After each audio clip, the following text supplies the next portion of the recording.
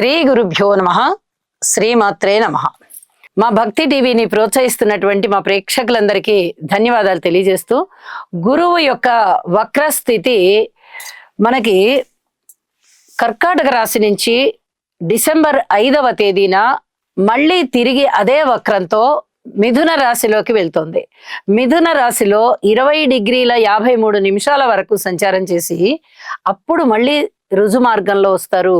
అక్కడ ఏ పాదం ఉంది, ఏ నక్షత్రం ఉంది అంటే పునర్వసు 1వ పాదంలో వారి యొక్క వక్రత వీడుతోంది. మళ్ళీ అక్కడ దగ్గర నుంచి పునర్వసు 1వ పాదము, 2వ పాదము, 3వ పాదము సంచరించి తిరిగి కర్కాటక రాశిలోకి వస్తారు. పునర్వసు 4వ పాదం ఉంటుంది అక్కడికి. అప్పటికి వచ్చేటప్పటికి జూన్ 1వ తేదీ అయిపోతుంది. ఇక కర్కాటక రాశిలో గురువు గారి యొక్క స్థితి వరకు ఈ రకమైన సంచారం ఉంటుంది. మనం ఇప్పుడు చెప్పుకోబోయేది మార్చి 7వ తేదీ గురువు యొక్క వక్రత వీడిపోతుంది ఆ రోజుతో. అప్పటి వరకు చెప్పుకుంటున్నాం. అంటే డిసెంబర్ 5వ తేదీ నుంచి మార్చి 7వ తేదీ వరకు ఉన్నటువంటి వక్రగతి ఫలితాలు ఏమిటి అనేది ఇప్పుడు మనం చెప్పుకుందాము.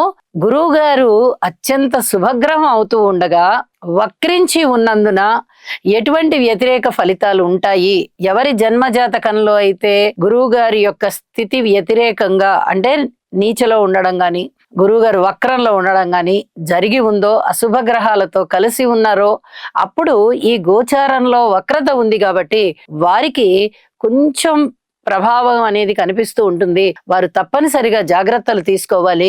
గురు సేవ చేయడము, ఆలయ సేవ చేయడము, తల్లిదండ్రులకి సేవ చేయడము, శనగలు, పసుపు ఇత్యాదివి దానం చేయడము, ఇలాంటివన్నీ చేయడం చాలా చాలా మంచిది అని చెప్పి తెలియజేస్తూ ఉన్నాను. అయితే ఏ ఏ రాసుల వారికి ఎటువంటి ఫలితాలు ఉంటాయి అనేది కూడా మనం ఒకసారి తెలియచెప్పుకుంటూ మరిన్ని పరిహారాలు కూడా తెలియచెప్పుకుందాం. తులారాశి వారికి 9వ స్థానంలో గురువు గారి యొక్క సంచారం, వక్ర సంచారం జరుగుతోంది. ఈ సంచారము చాలా చాలా మంచిది.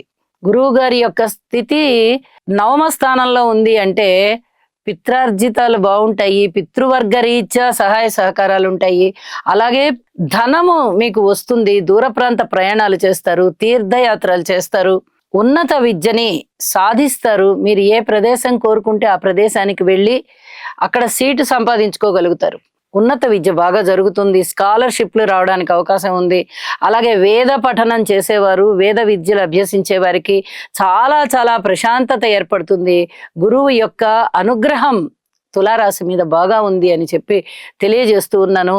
మరింతగా శోభించాలి అంటే గురువు కారకత్వాలన్నీ కూడా శోభిస్తాయి.